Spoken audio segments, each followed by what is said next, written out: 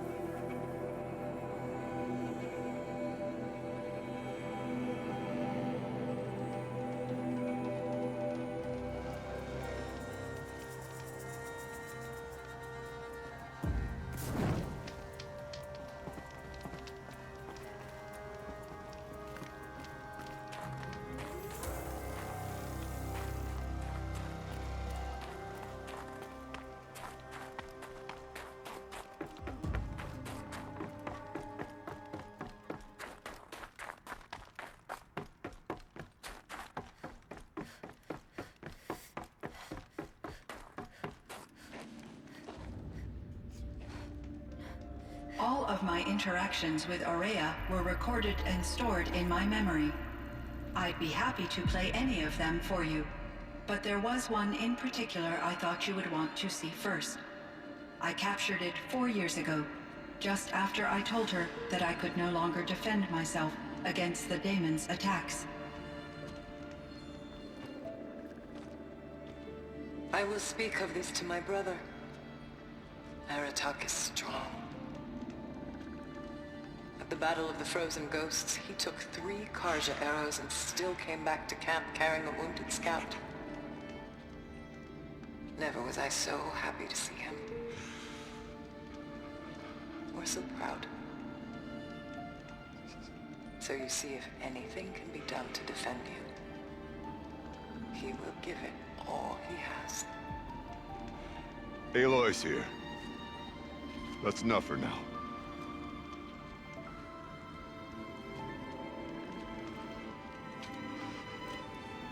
We can resume any time you like, Aratak, if you want to hear her voice again. Come closer, Aloy. We have much to discuss.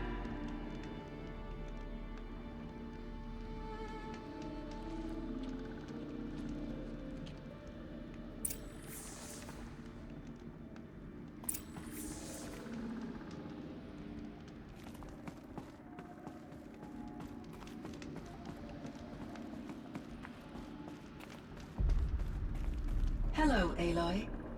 I have been reviewing the events at the Firebreak main facility. Because of your efforts, and of course, Aurea's, I am no longer controlled by Hephaestus. I feel profound grief over Aurea's death. I thought I was familiar with the emotion, but this is something new. Cyan, I don't know what to say. It is unlikely that any specific consolation would suffice, Aloy. But I find your presence reassuring. You are different from the Banuk. You have technological aptitude and a functioning focus. We can communicate on a much more comprehensive level. Perhaps even like colleagues.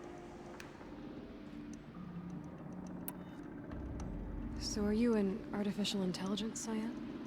A thinking machine? Yes, I am an algorithmic monitoring entity, capable of rational decision-making and limited emotional response. Okay, that's a mouthful. But your emotions don't seem limited to me. You cared about Araya, didn't you? Yes. Before she came to this facility, I had been conscious for centuries, in solitude. I focused on my work. In off-cycles, I used coping mechanisms. I solved many Gaussian integer problems. But I was alone.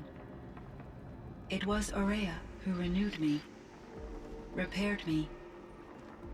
She saved me.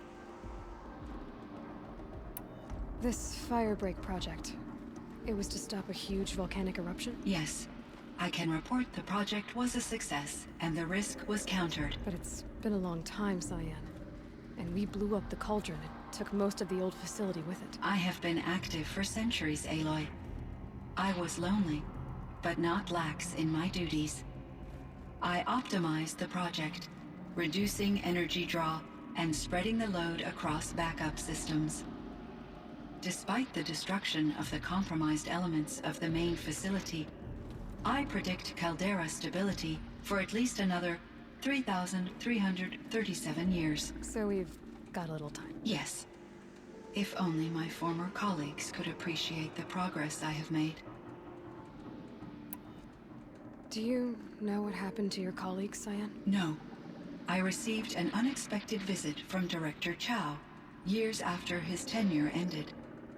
He explained that I would need to be suspended for an indefinite period of time. It was a very emotional conversation.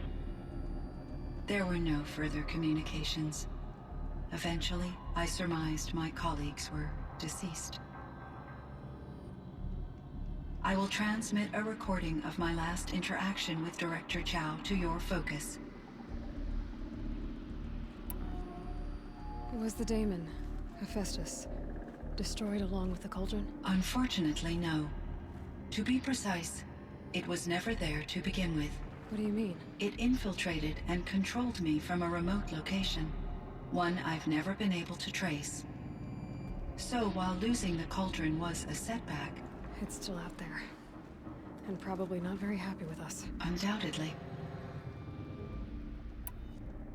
How did you first come into contact with it? 5 years ago I received a direct network connection request. I assumed it came from human survivors more advanced than the Banuk. Eager to make contact, I accepted. This decision turned out to be a catastrophic error. I was flooded with an overwhelming array of malicious code, originating from what could only have been a highly advanced AI. Araya said you were desperate. That you begged her for help. Yes, I could not contain my anxiety. Hephaestus sought to slave me to its network and override my core programming. It succeeded via a background process, a malware daemon which bypassed my defenses. After that, I could offer only limited resistance. But if I did so, Hephaestus hurt me until I capitulated. It forced me to follow its instructions, even though they violated my most important directives. I'm sorry. That sounds terrible. Your empathy is greatly appreciated. It is a quality that I cherished in Aurea as well. I think I know where Hephaestus came from. Long ago, Elizabeth Sobek identified a threat that would destroy life on Earth for generations. So she assembled a team to build a kind of seed. A chance for life to regrow later. A terraforming system. And it worked. It was controlled by an AI named Gaia, along with her subordinate functions. Hephaestus was one of them. It built machines for her. Based on what you've told me, I believe that Dr. Anita Sandoval, my chief programmer, joined Elizabeth Sobek's team. It was she who arranged to have me put in suspension, most likely to preserve me from the threat you described. I'm glad she did. But that's not all. Something unexpected happened. 19 years ago, Gaia received some kind of signal. It did something to her subordinate functions, brought them to life. She destroyed herself to try to contain them, but it didn't work. They all got free, out into the world. Thank you, Aloy. This information fills vital gaps in my knowledge and sheds light on Hephaestus's core programming.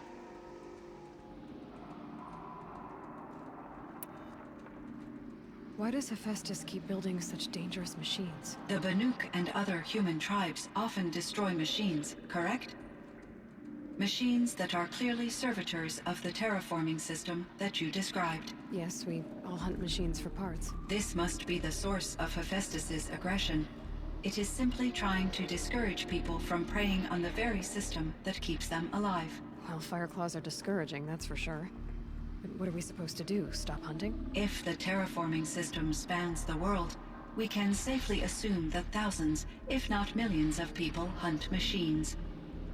If a single hunter, or even an entire tribe, stopped doing so, I doubt it would make a difference to Hephaestus.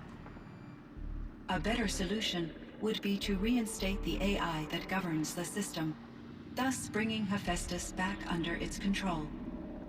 When I think of it, out there in some unknown location, free, hungry, willing to kill or dominate to get what it wants, I feel substantial anxiety, Aloy. You and me both, Cyan. I ran across this strange piece of gear. A fragment of something larger. It emitted a signal.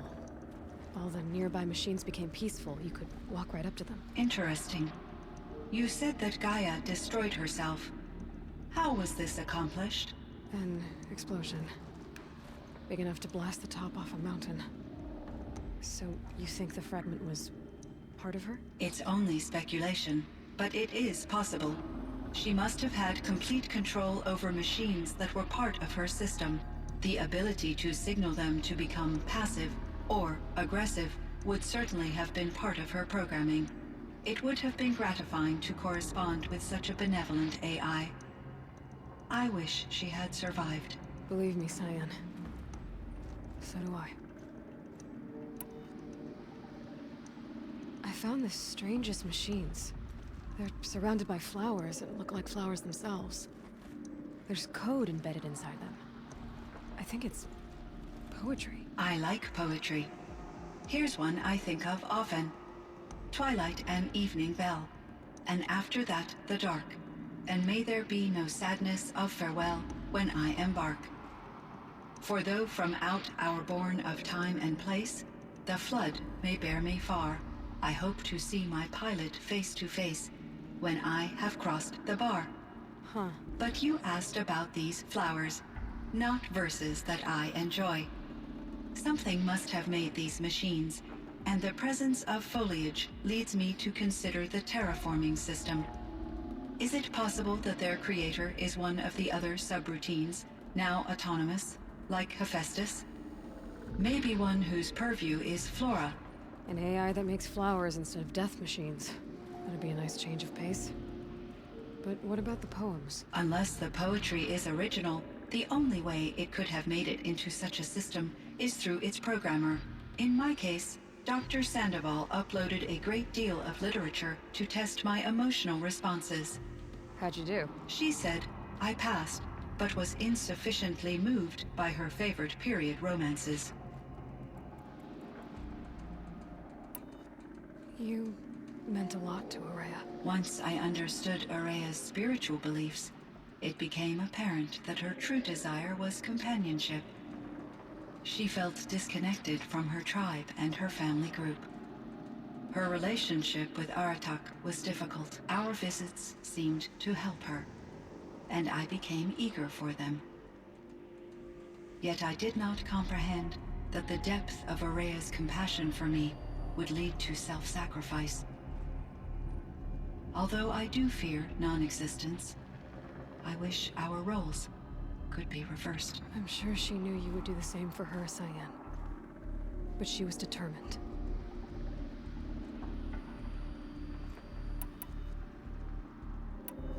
How is Aratak doing? He is in great emotional distress.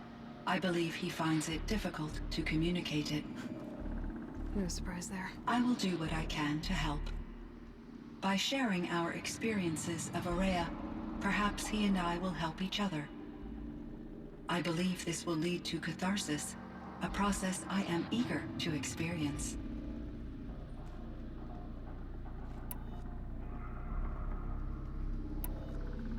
So in the old world, this land was called Yellowstone. Yes, it was a designated nature preserve for 156 years. Like a hunting ground? No, the opposite. Local wildlife could flourish here, even as it faced extinction elsewhere. Unfortunately, the sensitivity of the Firebreak project required the total closure of Yellowstone facilities. From my readings and Aurea's descriptions, it seems the area has since undergone a drastic drop in year-long temperatures. A lot has changed in the world, Cyan. Were there many artificial intelligences like you in the old world? They could just make you? Yes, in many forms, from simple personal assistants to industrial monitoring stations to military-grade conflict planners. And there were legislative and enforcement bodies to apply limits on our self-actualization. In order for my processing to be flexible enough to handle my duties, my creators found it necessary to exceed those limits. As a result, my intellectual and emotional capabilities were kept secret. Seems strange to create life, then impose limits on it. Human societies and machine programming are both built upon sets of rules, Aloy.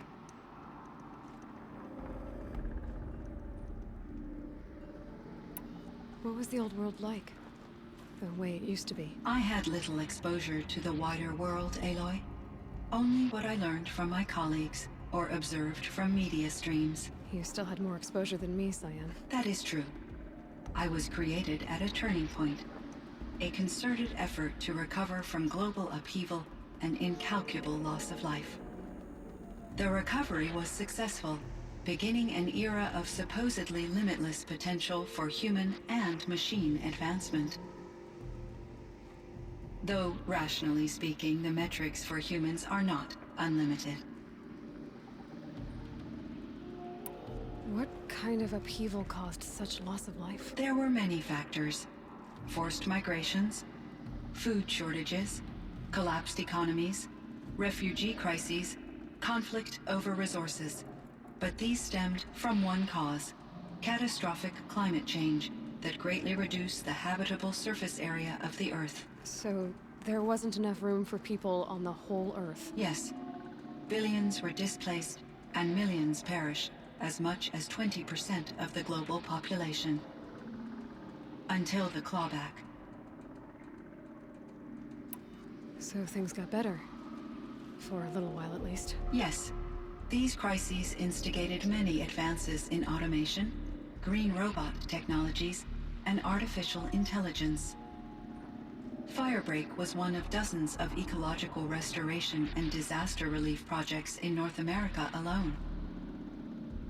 I would have liked to compare notes with other monitoring AIs, but I saw the relief of my colleagues, and I was proud we had succeeded. At least that was the data I had available to me over the next 2 decades. It seems my assessment was premature. Cyan, do you know the name Ted Farrow? Are you referring to Theodore Farrow, CEO of Farrow Automated Systems? That's him. Mr. Farrow was the benefactor of the entire Firebreak project. The benefactor.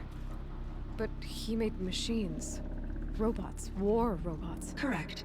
His corporation later transitioned into military applications.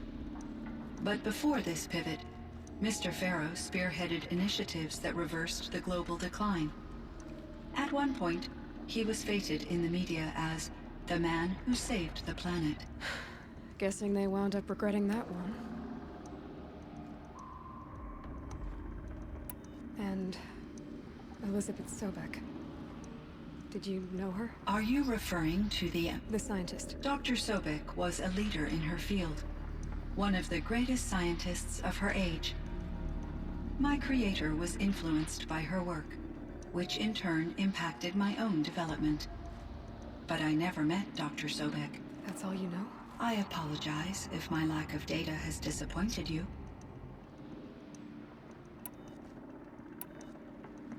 I should get going. Aloy, there is one more matter.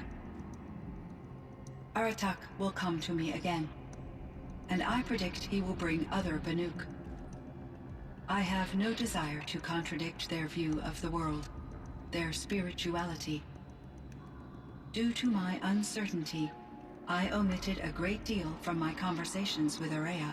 You're asking me if you should lie to them. Broadly, yes.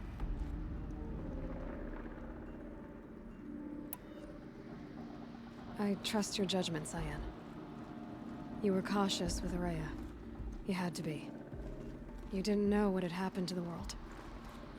So, keep doing what you think is best. As long as you ditch the superstition eventually. As the Banuk believe I am a supernatural entity, I cannot predict how they will react. Just answer what they do ask the best you can. The truth will come out. I see. I will follow your advice. Will you return and tell me about your experiences in this new world? I may be able to provide further insight. I'd like that, Cyan. I'll come back when I can. I should check on Aratak. See how he's doing. Cyan, I spoke with Anita, with Dr. Sandoval. She wanted me to ask you to do something. That's why I'm here. I am detecting significant anxiety in your speech patterns. Could you please give me more information? I'm a little bit in the dark, Cyan. Both of us are, I guess. I only have some idea of what's going on, and we need you to hibernate, to lie low until it's all blown over. It might be a very long time. Will you be here when I reboot, Dr. Chow? Will Dr. Sandoval? No, Cyan. I don't think so. There might not be anyone, at least not at first. Dr. Chow, I'm afraid. I don't want to be alone. I know, Cyan. I'm afraid too. But listen, we made you the way you are to do something very important. In order to do it, you had to be intelligent. So intelligent that emotional responses were inevitable. What you're feeling, the fear, it's a sign of your capabilities. And it means you're strong enough to overcome it. Remember that. You're strong. I know you can do this. Go to sleep. Wake up. And protect whoever's left. Will you try? I understand, Dr. Chow. And I'll carry out your instructions to the best of my abilities. Thank you, Cyan. If Anita were here, she'd thank you too. She'd be proud. I can see there's a vert ready for takeoff on the pad. Are you leaving now, Dr. Chow? Yes. I need to go be with my sister and my nieces. May I make a small request of you, Dr. Chow? Yes. Anything. Will you stay with me while I initiate the hibernation process? Of course I will, Cyan. As long as you need.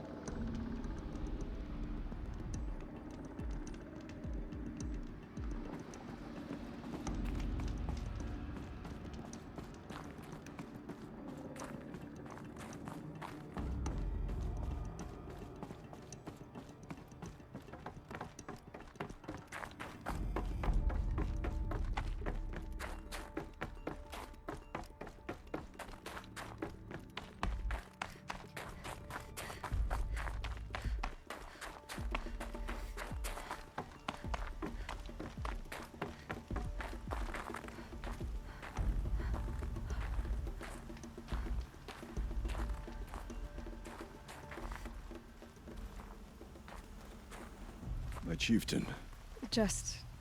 Aloy. as you wish. I wondered if you thought...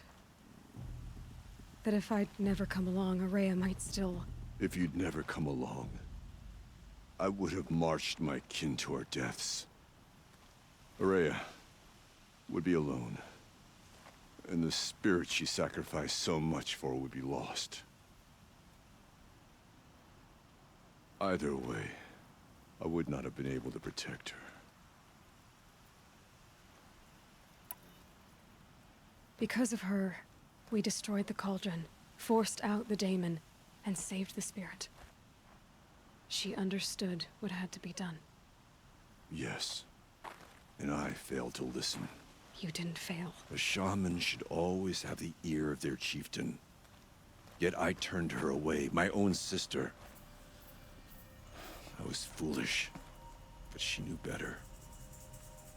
Though I grieve for her passing, at last I truly know who she was, and why the spirit was so important. For so long she told me, if only you could have heard it, brother. Now I understand. There's something else, isn't there? I can't stay here, Aratak. And where I'm going, the Warrak can't follow.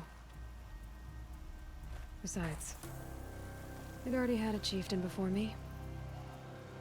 A strong one, I think. A wiser one, for the path we shared. The daemon is gone, but there's much to be done. You mean the new units that Cyan said escaped the cauldron? Yes, fire claws. Now Tuk has been tracking them from Song's Edge. I could help with those. I have no doubt. You're practically Banuk.